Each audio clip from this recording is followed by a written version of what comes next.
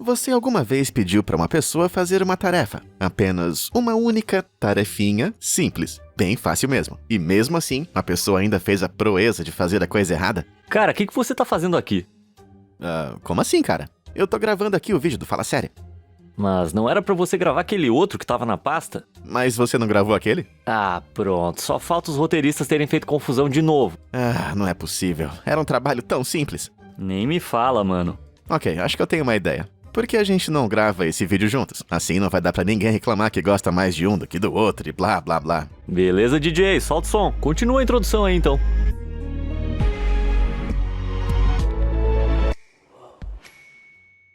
Bem, pra começar, eu quero apresentar alguém pra vocês. Esse é o Antônio. O Antônio acabou de pavimentar essa estrada. Essa parece ser uma estrada muito forte e bem pavimentada. Muito bem, Antônio. Só que tem um portão ali que precisa ser fechado. Parece que o Antônio não considerou que colocar uma camada grossa de asfalto acima do chão o faria ficar mais alto, até o ponto de o portão não poder mais ser fechado. Cara, acho que só resta uma pergunta a ser respondida. What do you think, Antonio? Meu Deus do céu. Ou essa foi a melhor imitação de galinha que eu já vi em toda a minha vida, ou o pobre Antônio está tão confuso com essa situação quanto o resto de nós.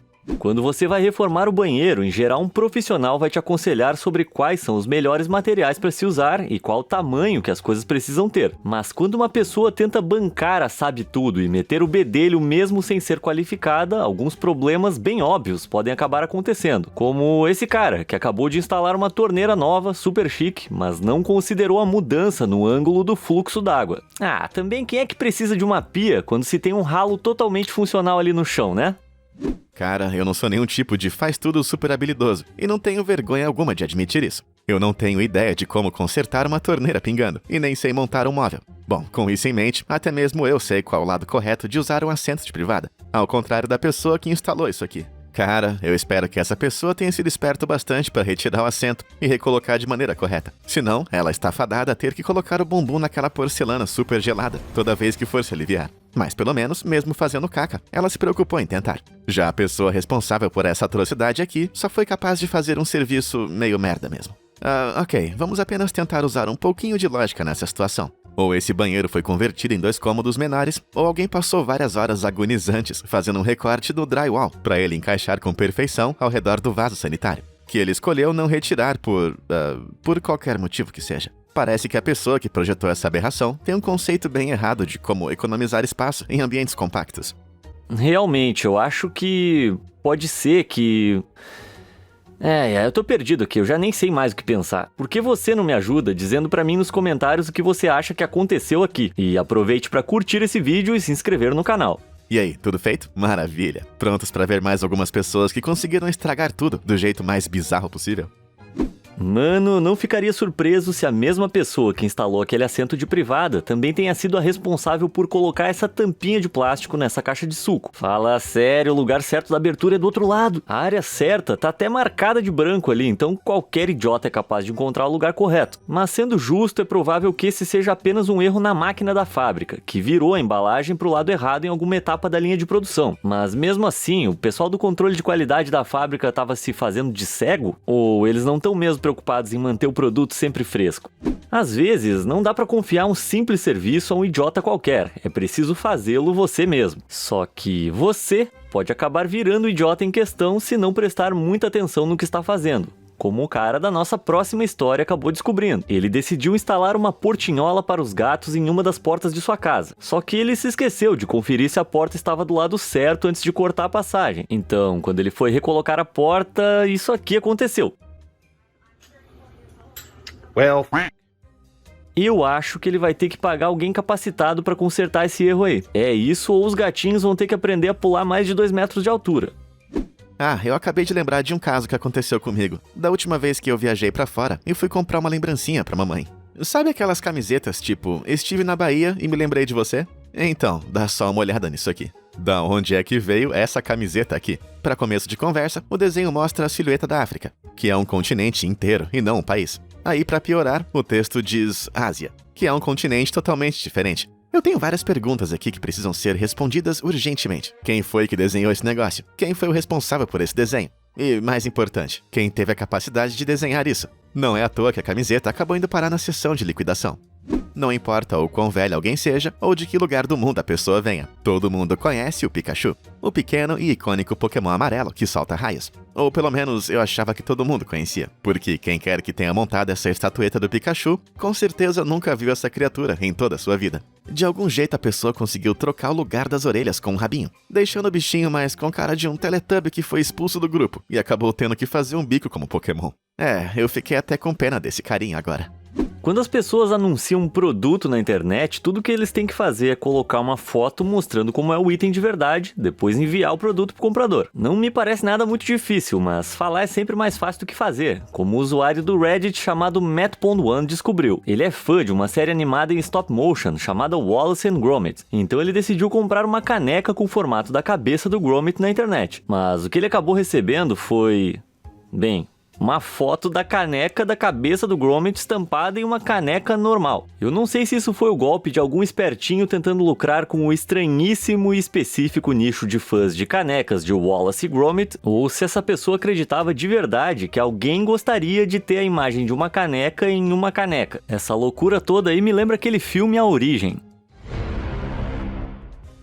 Os pintores de sinalização têm um trabalho bem objetivo, apesar de estranhamente satisfatório. Em geral, o serviço envolve colocar algumas marcações com fita ou stencil e pintar as linhas no chão. Ou, mais fácil ainda, apertar um botão, enquanto uma máquina se move em uma lenta linha reta, para criar um traço perfeito e contínuo de tinta. Bom, eu nunca fiz esse tipo de trabalho em toda a minha vida, mas me parece ser bem intuitivo assumir que se existe algo no meio do caminho, você tem que tirar essa coisa antes de aplicar a tinta. Caso contrário, você pode acabar com a pintura assim. Eu acho que o maior insulto ao dono dessa bicicleta é o fato de que eles até trocaram a cor da tinta antes de continuar pintando por cima do pneu da bike. Será que custava tanto assim ter movido a bicicleta só um pouquinho pro lado? Eu tenho certeza que ela não estava presa com super cola no lugar. E falando nisso, não teria sido mais fácil tirar essa coisa da frente antes de pulverizar a tinta? É sério isso? Recolher esse cocô do cachorro é tão difícil assim? Ou pelo menos eu acho que é cocô de cachorro.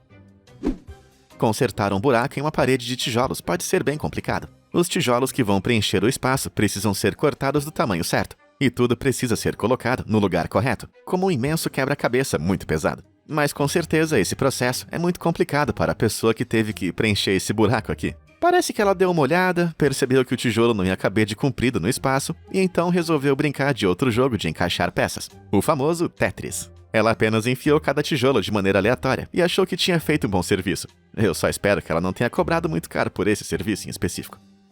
Cara, será que a gente não tá sendo muito crítico aqui? Talvez esses trabalhos realmente sejam difíceis de se fazer. Ou talvez, e somente talvez, as pessoas sejam só estúpidas mesmo. Porque eu não sei vocês, mas eu nunca me esqueço que a alça tem que ficar do lado de fora da caneca. Eu gostaria muito de atribuir isso a algum defeito na máquina, mas canecas de cerâmica produzidas em massa, como essa aqui, na verdade são feitas à mão, utilizando uma série de moldes e processos de queima. Isso porque o material e o design são muito delicados e complexos para serem executados apenas por máquinas. Não existe um botão que você aperte que coloque a alça ou vire o corpo da caneca para o lado errado. Todo esse processo é feito por mãos humanas. Então alguém deve ter colocado essa alça dentro da caneca de propósito. E eu me sinto ofendido por isso.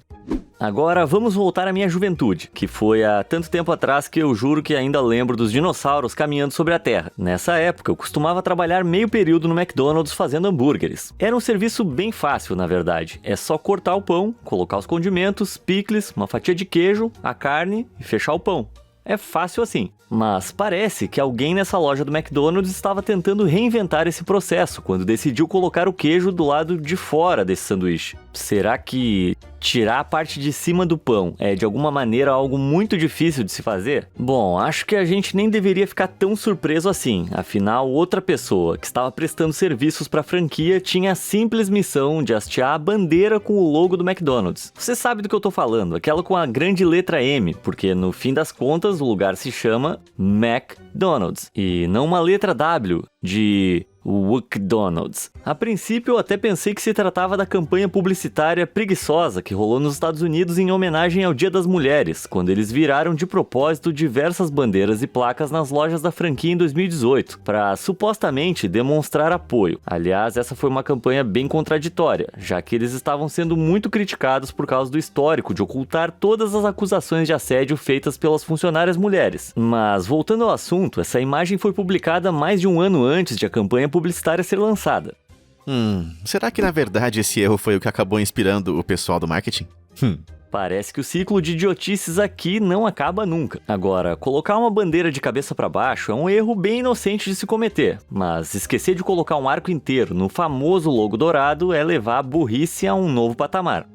Acontece que esse logo, com um único arco dourado, é original dos anos 1950, quando os prédios do McDonald's foram projetados. As estruturas contavam com 2 arcos iluminados, cada um cruzando um lado do telhado, para fazer o prédio se destacar. Já o modelo que todo mundo conhece, com os 2 arcos representando a letra M, não foi incorporado ao logo até 1962. E até hoje, as 12 lojas mais antigas do McDonald's, ainda em funcionamento, que foram abertas nos anos 50, ainda exibem apenas o arco único original, que é usado para marcar os prédios icônicos. Eu sei que toda essa parada de história é bem legal, mas quando eu vi esse logo, me deu a impressão de que o lugar se chama McDonald's. Eu não sei o que eles colocam naqueles picolés com formatos de personagem de desenho animado, mas parece que eles são mais gostosos que os outros. Infelizmente, nem sempre você recebe o que estava esperando. E foi isso que aconteceu com o rapaz que comprou esse picolé em formato de tartarugas ninja. Olha aí, o pobre do Rafael tá tão envergonhado que nem consegue encarar o rapaz. Será que o pessoal do controle de qualidade resolveu cruzar os braços? Bom, pelo menos ele tem o número certo de olhos, ao contrário desse Bob Esponja aqui. Nossa, realmente muito atrativo e suculento. Gostinho de pesadelo. Que horror, cara. Sabe aqueles pequenos e adoráveis Minions da franquia de filmes Meu Malvado Favorito? Eles são tão populares que suas imagens já foram impressas em praticamente tudo, de Crocs até macarrão enlatado. E algumas pessoas até fizeram bolos decorados com esses carinhas amarelos. Mas as coisas nem sempre saem como planejado. Por que alguém colocaria dentes nele assim? Cara, você tinha apenas uma tarefa: fazer um bolo de aniversário bonito, usando qualquer um desses modelos como inspiração. E nenhum deles tem dentes, e nem parecem ter saído direto das profundezas do inferno. O único motivo para alguém fazer um bolo desses é se estiver tentando fazer uma criança desistir de ser dentista. Bom, se bem que nesse caso, a pessoa pelo menos colocou algum esforço para fazer o bolo, ao contrário do que aconteceu com a usuária do Reddit chamada Cats and Jeeps 2. Ela encomendou o bolo, que deveria ter o formato de Nintendo Switch, para o aniversário de sua filha, em uma confeitaria local. No entanto, o pedido foi terceirizado para outro confeiteiro, que por algum motivo não entendeu bem as instruções que foram dadas. Então, quando Katz recebeu o bolo, ele estava um pouquinho diferente. Ok, eu tenho certeza que não foi isso aqui que ela pediu. Mas ao menos tem uma foto comestível da imagem de referência que Katz enviou em cima do bolo, junto com a parte dos joelhos de Katz. E o reflexo dela, tirando uma foto do Switch. Tudo que uma criança de 8 anos espera no aniversário. Muitas das construções que nós temos não foram projetadas para acomodar pessoas com mobilidade limitada. Mesmo assim, eu não acho que virar as escadas de cabeça para baixo seja uma boa solução. Essas rampas são tão íngremes que a pessoa teria que ser extremamente radical para descê-las em uma cadeira de rodas. Na verdade, o mais provável é que esses lances de escadas tenham sido pré-fabricados e embalados para proteger os degraus. Na hora de fazer a instalação, os pedreiros não viram as marcações ou elas estavam erradas mesmo e acabaram colocando os degraus virados para baixo. Caramba, sabe o que isso aí tá me lembrando? Aqueles desenhos de escadas impossíveis do MC Escher. Eu tenho uma confissão para fazer. Eu não gosto muito de elevadores. Eles me deixam ansioso, porque eu sou meio que claustrofóbico, saca? No entanto, eu ficaria bem confortável num elevador como esse aqui, porque alguém que deve ser muito mais claustrofóbico do que eu instalou não apenas um, nem 2, mas 3 botões de abertura das portas. Mas espera aí, e se esses não forem botões de abrir as portas? Onde está o botão de fechar as portas? Será que pelo menos um desses botões funciona mesmo? Ai caramba, isso acabou virando um jogo de adivinhação muito arriscado. Acho que eu vou descer pelas escadas mesmo. Para se manter saudável, todo mundo tem que se exercitar pelo menos um pouquinho. Mas a pessoa que arrumou essa bicicleta com a intenção de fazer exercícios deve estar querendo enganar a si mesma. Consegue ver o porquê? É isso mesmo. Aqueles pedais foram colocados de maneira que é quase impossível de usar. E você precisa do efeito alavanca, que é obtido quando se empurra um pedal para baixo, para que o outro pedal possa completar o ciclo. E é por esse motivo que as bicicletas comuns têm os pedais num ângulo de 180 graus de separação.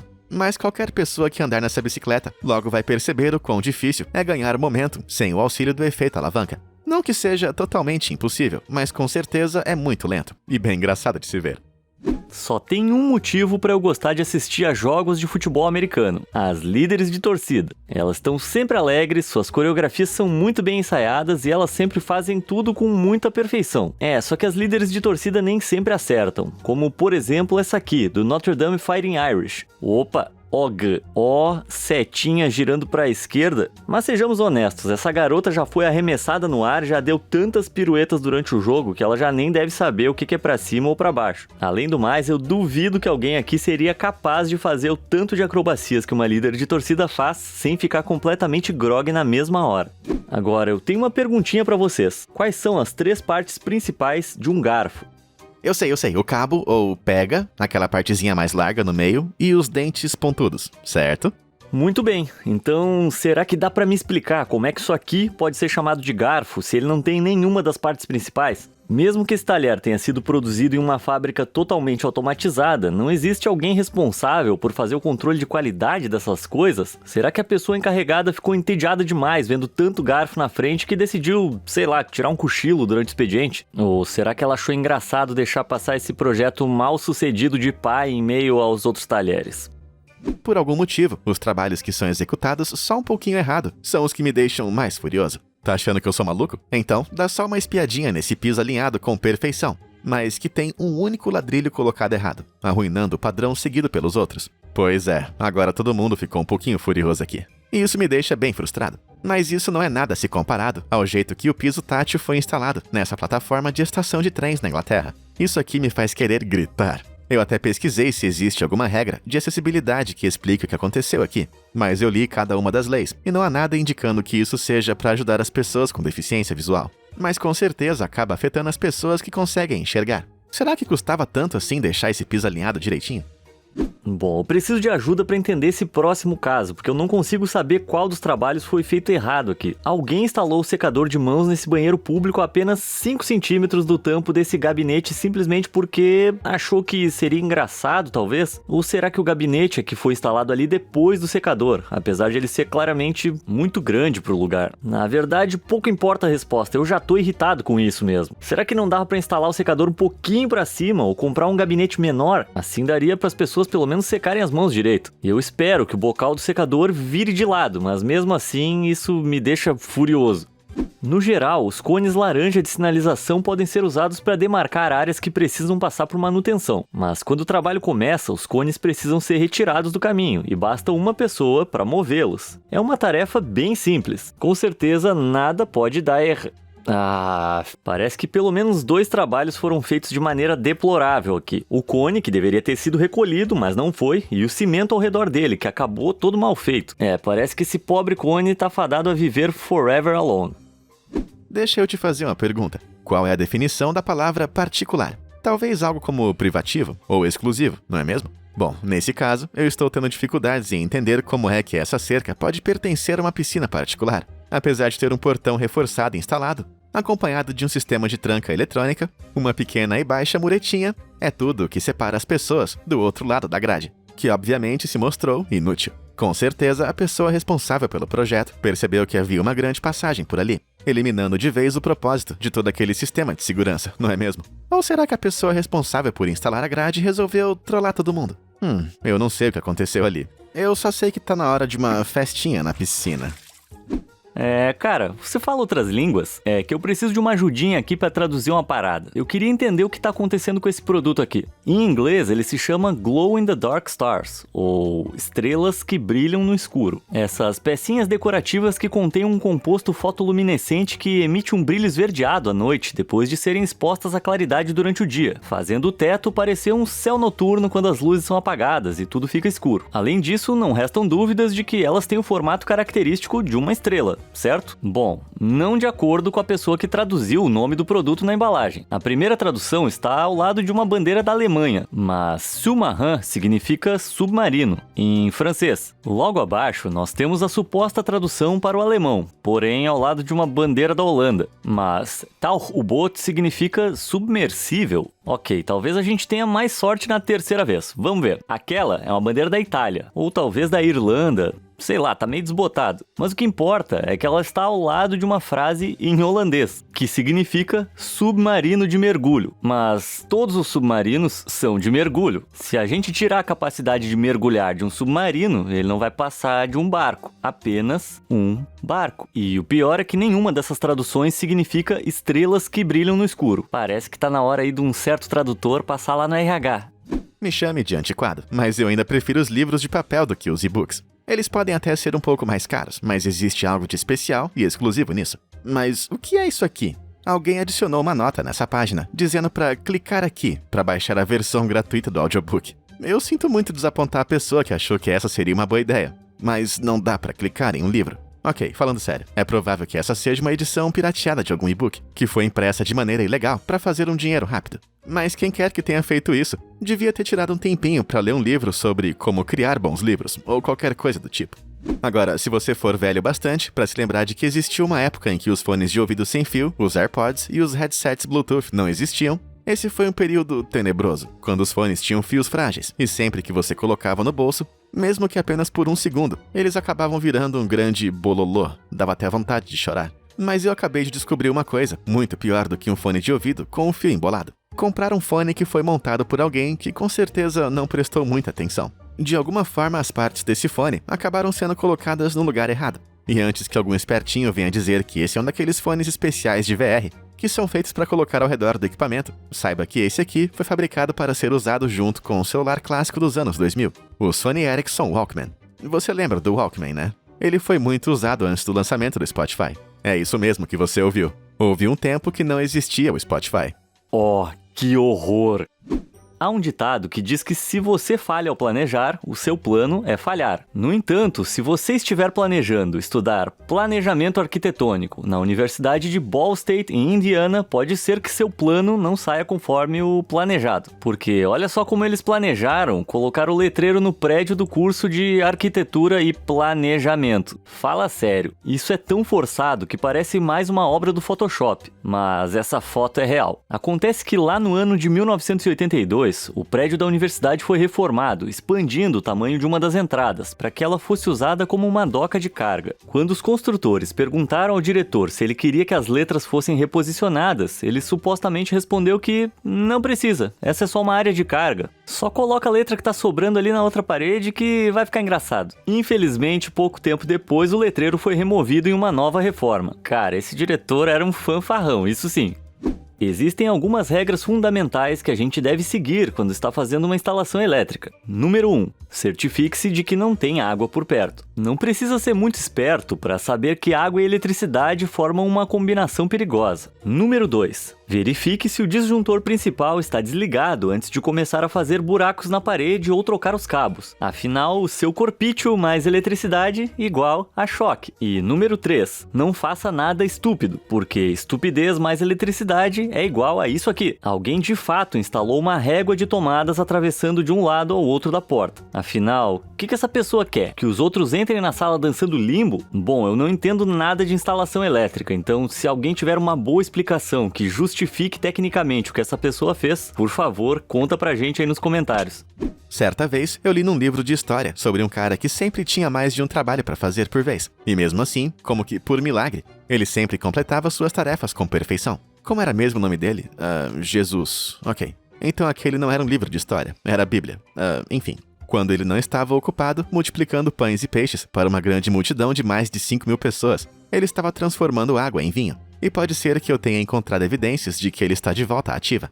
Tá duvidando? Pois bem, dá uma olhada nessa prateleira de um supermercado na Inglaterra. A placa claramente diz água, mas tudo que tem ali são garrafas e mais garrafas de vinho. Vai dizer que isso não é um milagre. Ok. Eu sei que esse aqui é só mais um caso de gente que tinha apenas um trabalho e não conseguiu fazer isso direito. Mas eu espero que esse seja um caso isolado, porque eu não quero nem pensar na bagunça que esse funcionário podia fazer, misturando a seção de peixes com a padaria. cá entre nós, como homens, a gente não precisa necessariamente de uma cabine separada na hora de fazer o número 1 no mictório. Claro que um pouco de privacidade é fundamental, mas desde que exista um espaço razoável pra gente fazer xixi sem ninguém encarando, dá pra gente se aliviar sem se sentir muito exposto. Agora, quando se trata do número 2, aí com certeza a gente precisa de uma casinha separada. Imagine só entrar em um banheiro público e dar de cara com um camarada com as calças arriadas, grunhindo e gemendo em meio a uma daquelas evacuações explosivas. Não dá. Só que parece que esse pequeno fato passou despercebido por quem quer que tenha aprovado a instalação dessa cabine aqui. Como é que a pessoa que fez isso não percebeu o quanto estava errado? Afinal, você não precisa ser um gênio da arquitetura para saber que a privada precisa da privacidade implícita de uma cabine, que deveria ter sido instalada do outro lado. Será que estava muito difícil de perceber que o mictório e a privada estavam de lados trocados? Eu realmente espero que ninguém precise daquele banheiro para fazer o número 2 no futuro. Ufa, parece que conseguimos chegar até o fim desse vídeo sem nenhum acidente. Mas antes de ir, conta pra gente nos comentários aí embaixo se você já falhou miseravelmente tentando fazer uma tarefa simples.